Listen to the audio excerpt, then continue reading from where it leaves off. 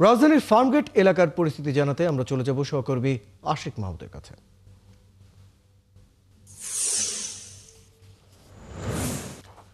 আশিক মাহমুদ, অফিসগামী মানুষের উপস্থিতি কেমন দেখছেন এবং লকডাউন নিয়ে তাদের প্রতিক্রিয়া বা মতামত কি?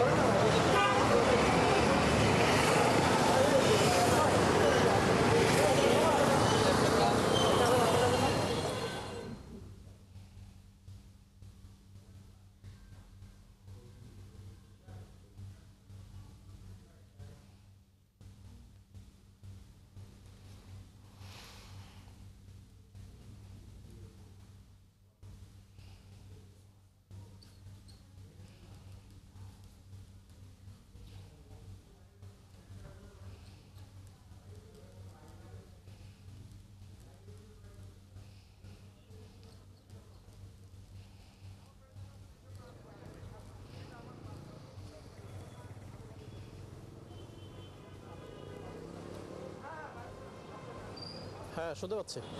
প্রেজেন্টারকে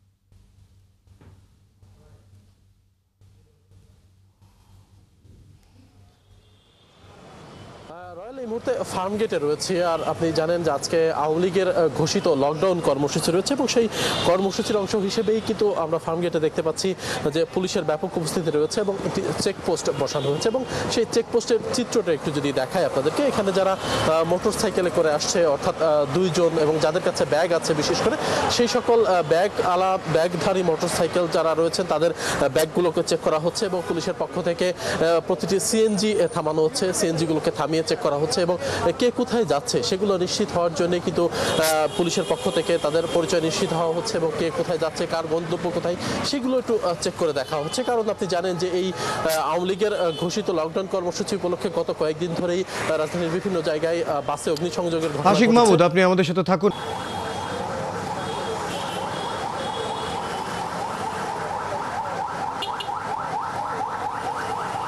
যেমনটি বলছিলাম, পুরো ঢাকা শহরে কিছুক্ষণ আগে আমরা ঘুরেছি এবং ঢাকা শহরের যে চিত্র একটু বলতে চাই যে এই আওয়ামী লীগের ঘোষিত লকডাউন কর্মসূচি উপলক্ষে মানুষের উপস্থিতি কিছুটা কম। কারণ আপনি জানেন যে গত কয়েকদিন ধরে বেশ কিছু জায়গায় পেট্রোল বোমার নিক্ষেপ করা হয়েছে, বেশ কিছু গাড়িতে অগ্নিসংযোগ করা হয়েছে এবং বেশ কিছু গুপ্ত হামলা এবং ককটেল বিস্ফোরণের ঘটনা ঘটেছে। এতে করে মানুষের মধ্যে কিছুটা আতঙ্ক বিরাজ করছে। আমরা সাধারণ মানুষের সাথে কথা বলেছি, তারা আমাদেরকে যেমনটি জানিয়েছে যে কিছুটা ভয় এবং আতঙ্কে মানুষ রয়েছে, কারণ যেহেতু গুপ্ত হামলা চলছে এবং ককটেল বিস্ফোরণের ঘটনা ঘটছে, পেট্রোল বোমা, বিশেষ করে গণপরিবহন অগ্নিসংযোগের যে বিষয়টি, এটি আসলে মানুষকে বেশি আতঙ্কিত করেছে। যে কারণে সড়কে আমরা সকাল থেকে দেখতে পাচ্ছি যে যানবাহনের সংখ্যা যেমন কম, সাধারণ মানুষ খুব প্রয়োজন যাদের তারা বের হয়েছে, তাছাড়া খুব অপ্রয়োজনীয় কোনো মানুষ খুব একটা বের হয়নি। যে কারণে গণপরিবহনগুলো আমরা বেশ ফাঁকা দেখেছি এবং গণপরিবহনের সংখ্যাও আমরা কম দেখেছি এবং যেটি মনে হয়েছে যে যারা